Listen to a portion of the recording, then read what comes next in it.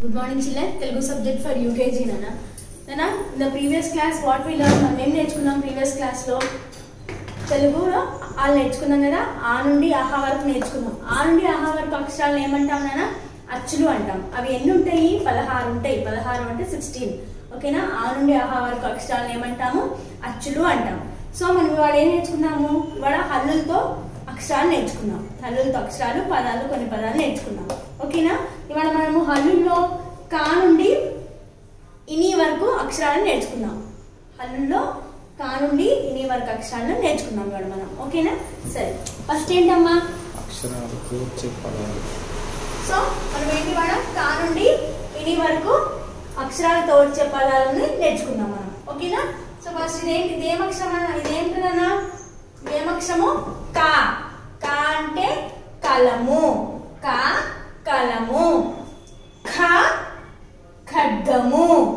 ఖ ఖడ్గము. నేను పలుకుతున్నప్పుడు చూడండి, ఒత్తి పలకాలి. క ఖ ఒత్తి పలకాలి. ఓకేనా? క కలము. ఖ ఖడ్గము. గ గంట. ఘ ఘటము. ఇన్యా. నెక్స్ట్ చ చందమామ. చ చందమామ. ఛ ఛత్రము. జ జడ. ఝ జశము. ఇని. ఇవి హల్లులతో వచ్చే అక్షరాలు. అక్షరాలు మరియు పదాలు కూడా. ఓకేనా? సో మనము ఇవి అక్షరాలు జాగ్రత్తగా నేర్చుకోవాల్సి ఉంటుంది మనము.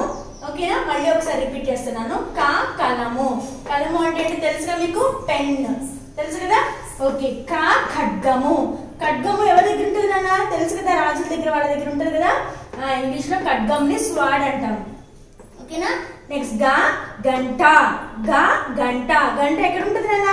గుళ్ళకి వెళ్ళినప్పుడు, గుడికి వెళ్ళినప్పుడు మనం గంట మోగిస్తాం కదా, అది గంట. ఘా గంట. ఘా ఘటము. ఘటము అంటే కుండ. ఘా ఘటము అంటే కుండ. న్యా. ఇదేంటిదమ్మా? చ చందమామ. చందమామ ఎక్కడ కనిపిస్తాడు మనకి? ఆకాశంలో రాత్రిప్పుడు కనిపిస్తాడు కదా. చ చందమామ. ఛ ఛత్రము. ఛ ఛత్రము. ఛత్రము అంటే గొడుగు. ఓకేనా? అంబ్రెల్లా. జ జడ. జడ అంటే తెలుసు కదా, ఆడపిల్లలందరికీ జళ్ళు, పెద్ద పెద్ద జళ్ళు ఉంటాయి కదా. జ అక్షరంతో జ జడ అంటాము. ఓకేనా? ఝ జశము. ఝ జశము అంటే, జశము అంటే చేప. ఓకేనా? చేపని జశము అని కూడా అంటారు. ఇని. ఓకేనా? ఇవి ఏం అక్షరాలన్నా? అచ్చులతో వచ్చే కా నుండి ఇని వరకు అక్షరాలు. మిగతా అక్షరాలు తర్వాత నేర్చుకున్నాం. ఓకేనా? వీటితోటి ఇంకొన్ని అక్షరాలు కూడా, పదాలు కూడా వస్తాయన్న. కా నుండి ఇని వరకు కొన్ని పదాలు ఉన్నాయి. ఆ పదాలను కూడా మనము నేర్చుకుందాం ఇవాళ. ఇప్పుడు మనం కా అక్షరంతో కొన్ని పదాలు నేర్చుకుందాం నాన్న. ఫస్ట్ మనం ఏం నేర్చుకుందాం? కా కలము నేర్చుకుందాం కదా. దాంతోపాటు ఇంకొన్ని పదాలు నేర్చుకుందాము. కా కలప. కా కల. కా కడవ. కా కంఠము. కా కంకర. కా కంకి. కా కలం. కా కథ. కా కప్ప. ఇప్పుడు మనము ఒత్తు కా అక్షరాన్ని, పదాలని నేర్చుకుందాము. ఓకేనా? ఒత్తు కాతో ఏం పదం నేర్చుకున్నాం ఇందాక మనం? కా ఖడ్గం అని నేర్చుకున్నాం కదా. అదొకటే కాదు, ఇంకొన్ని పదాలని అవి చూద్దాం ఇప్పుడు మనం. కా ఖండన. కా ఖండం. కా ఖండికర. కా ఖర్జూరం. ఖా ఖజానా. ఖా ఖరీదు. ఇదేం అక్షరం నానా? గా. గా అంటే ఏం నేర్చుకున్నాం మనము? గా గంట అని నేర్చుకున్నాం కదా. ఈ గా అక్షరంతో ఇంకొన్ని పదాలు చూద్దాం ఇప్పుడు మనం. గా గడప. గా గద. గా గంధం. గా గణపతి. గా గంజి. గా గంప. ఇదేం అక్షరం నానా?